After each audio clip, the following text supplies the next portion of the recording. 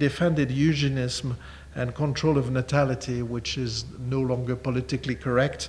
And this is the reason why his name has been removed from our university. But this is a very controversial issue still nowadays in Lyon. Other names you probably don't know. One of them is Alexandre Lacassagne, who was father of criminal anthropology and said something we should meditate, which is societies have the criminals they deserve. And I think this is perfectly true. His son, Antoine, was a pioneer in hormone treatment and radiotherapy for cancers. Another orthopedic surgeon was Ollier, and if there are orthopedic surgeons in the room, they probably know that his work on the ossification and osteosynthesis, and he described a disease, a dyschondrodysplasia, and also known as the Ollier disease. So when we talk about the Rhône, we are obliged to talk a little bit about the Saône, which is the other river crossing Lyon.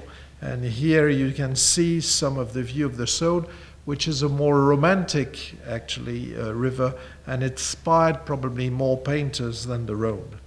And you can still recognize here some of the names we already mentioned, like Caron or Couty or Lachiaiserie, who painted the Rhône. And here is Adrien Basse on the Saône and Fusaro again. So you see the river Saône is very beautiful. As you can see here, Lachiaiserie again on the Saône. And my aunt painted the river Saône in winter on the left and in spring on the right, as you can see on the screen at the moment. And I had the chance to work in a hospital before the actual children's hospital in Lyon called the Bruce Hospital, which had a lovely view on the city of Lyon. And I painted these two paintings. It's very early in the morning. I was probably on call that day, but not too disturbed by the emergencies.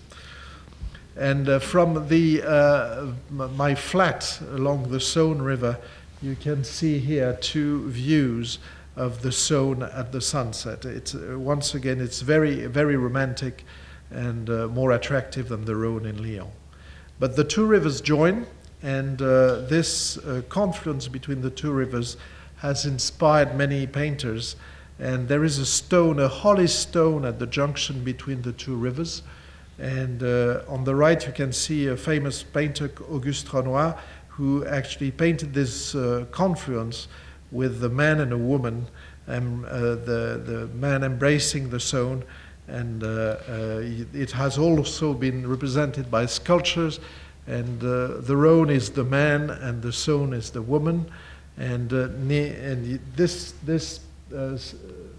sculpture here was made by Nicolas Coustou quite a long time ago. It sits in the middle of the largest square in Lyon called Place Bellecour, under the statue of Louis XV. This sculpture here is more recent, and near this sculpture, one of the former French presidents, Sadi Carnot, was assassinated near the statue in 1894. So this place has a quite somber memory in the Lyon, among the Lyonnese population. Here again you see the Rhône at the top of the town hall, and the Saône here, the town hall in Lyon. And then at the confluence now you have a huge museum called the Musée des Confluences, Confluence Museum, and which was done by a group of architects from Austria, and it is supposed to represent a cloud. It's a very interesting museum, and if you if you cross Lyon one day, stop there. It's really a nice place. Then we leave Lyon and we flow down to the river, down to the south, and we meet Henri Manguin here, you see, in a small town near Lyon called Vienne, who was one of the creators of the Fauvism movement. And he worked with many famous artists and is at the origin of the Musée de l'Annonciade, Museum of Annonciade in Saint-Tropez, in the south of France.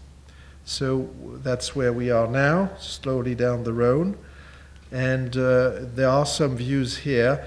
There is an interesting artist on the top right of the screen called Ernest Messonnier, and note that Messonnier spells with only one N, because there is another artist with Messonnier with two N's. And Messonnier was a painter and a sculptor, and he belonged to the movement of historical realism and painted many military subjects. And you probably can see in some of the American Museum some of his statues and some of his paintings. He was badly criticized by some other painters, saying that he had a lack of spontaneity and life in his work, and but he still received many orders from the various governments of the time. He is one of the representatives of the art academic art, or art pompier, and you can see some of his statues in Chicago, New York, and Stanford. So this is a square in Lyon called Place Messonnier, Square Messonnier, and I don't know if it is intentional, but on one side of the square you have one N, and on the other side you have two N's. But I guess that nobody noticed that except me, maybe one day. All right. So we continue our trip down to the Rhone Valley, and you have here some views of the river.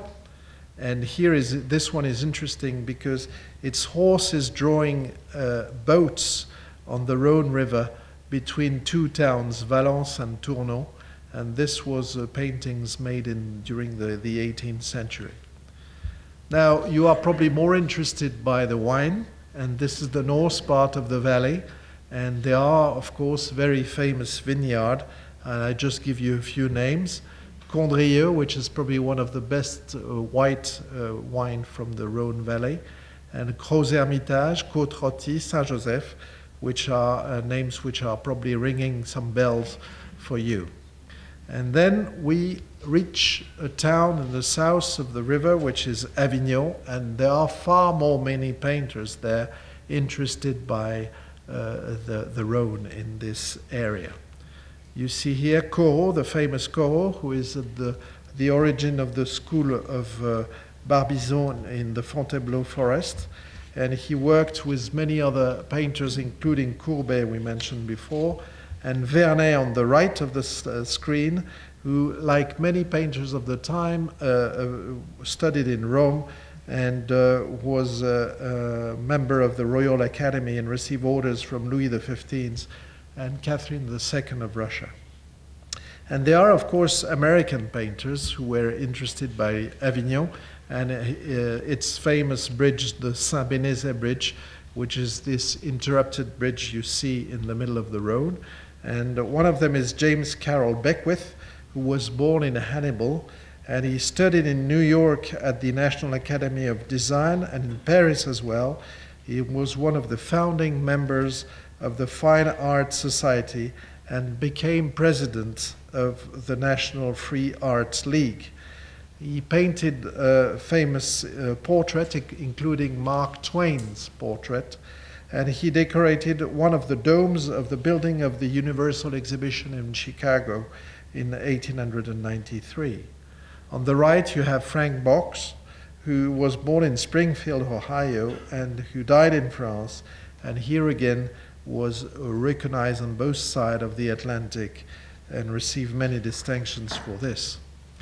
And as you noticed, the painters love groups and they like to work together. And there is another group here in Avignon, famous group, created in 1912 called the Avignon Group. And you see here a large list of names, including another Messonnier with two N here, which is Joseph Messonnier. And I'll show you a few paintings of this group here.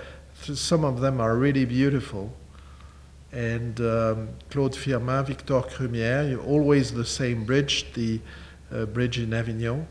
And Urard, Messonnier, the Messonnier with two N, and I think he was actually more talented with than the other one. And Chabot is also a painter. You can see many of his paintings in the United States. and from the same group of Avignon. And there are, of course, famous painters more famous painters like Renoir and Signac, who painted this city of Avignon. And Signac formed with Seurat and Picasso a group called the Scientific Impressionism, and became the president of the Society of Independent Artists in 1908. Interestingly, Cézanne, the famous Cézanne, who was born in Aix-en-Provence and worked in this area, painted more than 80 Montagne Sainte-Victoire, which is this famous mountains in Provence. This famous painter never painted the Rhone River. He was just a few miles from the river, but I don't know why. He was really not interested by the Rhone. And Eugène Baboulaine is a more contemporary painter, and he created the contemporary Provençal school of paintings. He is a great painter, and he disappeared not a very long time ago. Now, the south part, of course, of the river, there are other names you probably know concerning the wine. Gigondas and Châteauneuf-du-Pape are some of them. And when you reach the very south of the river, you see the Côte de Provence, which are rosé wines, which we like to drink during summer. Now, in this part of the course of the river, there lived a very famous French writer called Alphonse Daudet, who was a teacher in Alès, but he moved then to Paris and led a bohemian life, contracted syphilis from a lady friend of Empress Eugénie, and he developed all possible neurological complications of the disease and walked toward the end of his life with sticks, and due to his severe ataxia and tabes dorsalis. He had a long liaison with a lady called Marie Rieu, who inspired his novel Sappho, that some of you have probably heard of. He was a close friend of a poet called Frédéric Mistral, and wrote some lovely novels called Les Lettres de Montmoulin. There is an illustration of the book on this slide. Van Gogh, of course, is probably the most famous painter of the Rhone River.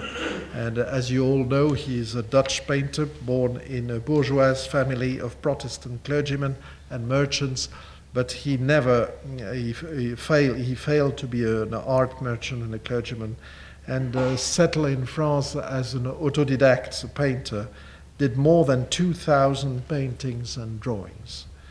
And here you see a view of Le Rhone at night, and here sunset, the Rhone River. And he painted another bridge close to the Rhone called Langlois Bridge that you can still see if you travel along the River Rhone. Here is another view of the Langlois Bridge. What is interesting is that his mind was obviously quite disturbed, not only because of neurological disease, but certainly because his consumption of absinthe was considerable. And like many other artists of the time, like Alphonse Daudet, he was probably also affected by syphilis. So these two, absinthe and syphilis, probably affect quite dramatically the creation of artists at the time. And I think it might be a good idea, if I may suggest to David, if one day there is another talk about the role of drugs, alcohol, and disease in the creativity in art. I mean, I suspect that the Beatles or the Pink Floyd would never have done what they have done without completely stoned. Right, and I have to, this is a family contribution to the absinthe disaster, because this is my great-grandfather, who was a wine seller in the Rhone Valley, and as you can see on his headed paper here, he also sold absinthe and participated to the creativity of art during the 19th and 20th century. And the Van Gogh had, as you know, some troubles with Paul Gauguin. They had a fight one day, and it is said that Paul Gauguin cut the ear of Van Gogh. and this is the famous painting. Van Gogh, after that, became even more mad than he was originally and visited various psychiatric institutions in the area of Provence, and before moving to Auvers-sur-Oise near Paris, where he was followed by the famous Dr. Gachet, you can see on the right here. And Dr. Gachet's painting here is probably the most expensive paintings ever sold until now. Then we reached the very end of the river, which we call the Rhone Delta. You can see here with satellite views. And you see on a map, it's quite a complicated area because there are a lot of lakes, including here the Étang de Berre, or Bear Lake, which is a very wild area on one side and a very industrial lake on the other side, where there are a lot of petrol refinery there nowadays. But it certainly inspired many, many painters. And this area is called La Camargue. And La Camargue is